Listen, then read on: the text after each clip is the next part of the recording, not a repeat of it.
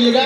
और याद रखिएगा, लड़की लोग जितने भी लड़के हैं, आप लोग एक चीज गौर कीजिए, आप कभी चाइना जाइएगा तो वहाँ चाइना ने जो सबसे बड़ी ताकत हासिल किया है, उसने लड़कियों के साथ भेदभाव नहीं किया। आज यदि कोई लड़की कोई मजबूरी में कहीं मजदूरी करने लगे तो लोग उसको 10 गलत नजर से देखने लगे। काम करने चली जाए तो हम लोग बैठे लोग उसके ऊपर उंगलियां उठाने लगते हैं। ये बहुत गलत सोच है।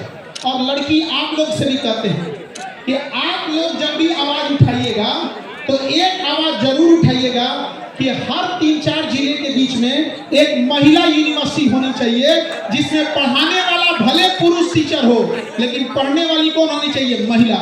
इससे वो होगा कि जिन परिवार की मानसिकता अभी उतनी नहीं बढ़ी है, एटलीस्ट जो महिलाओं की पढ़ाई का विरोध करते हैं वो उस यूनिवर्सिटी में तो भेज सकते हैं कि नहीं, मेरी बेटी इस यूनिवर्सिटी में सुरक्षित रही।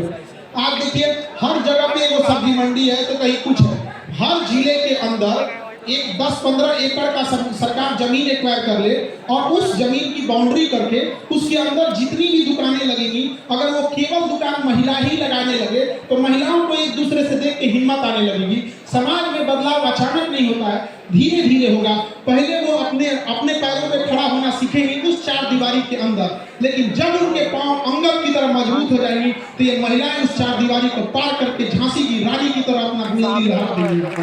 इसलिए जरूरी है एक छोटे से शुरुआत करने के लिए। और आप लोगों को देख के लगता है कि जरूर वो शुरुआत, हमको लगता है कि चंपारण की धरती से ही होगा, ये तो क्रांतिकारियों की धरती रही है, पता नहीं क्या है इसमें, जिसको देखो यहीं से चिंता करता है शुरुआत करता है। सर आपका सपोर्ट चाहिए। अब चूंकि आप लोग की संख्या इतनी ज्यादा है, ऑडिटोरियम में जगह नहीं है, आप लोग तब से खड़े हैं, लोग हमें ठीक नहीं लग रहा है। कोई बात नहीं है सर, ठीक है ठीक है ठीक है सर, कोई दिक्कत नहीं है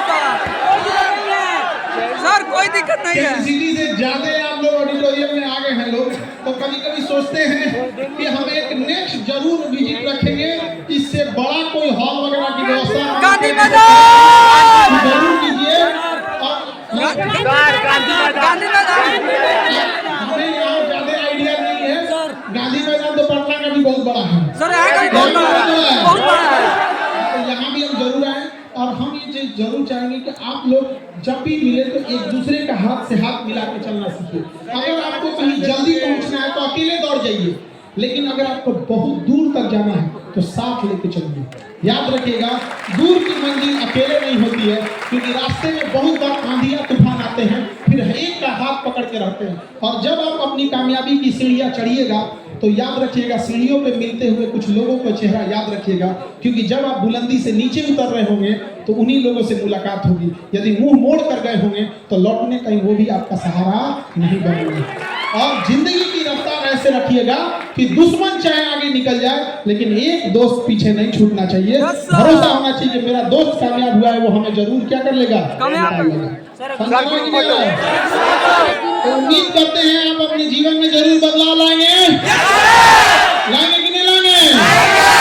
बदलाव आपको किसी के भरोसे नहीं रहना है, अपने आप से क्या करना है, शुरुआत करना है। अपने आप से पूछेगा आप किस क्षेत्र में अच्छे हैं, उसी क्षेत्र में आपको क्या करना है, लग जाना है। और किसी भी क्षेत्र में रखेंगे, 5 साल समय देंगे, वो चीज आपका होगा। ताजमहल भी बनने में 5 साल से ज्यादा का समय लग गया था।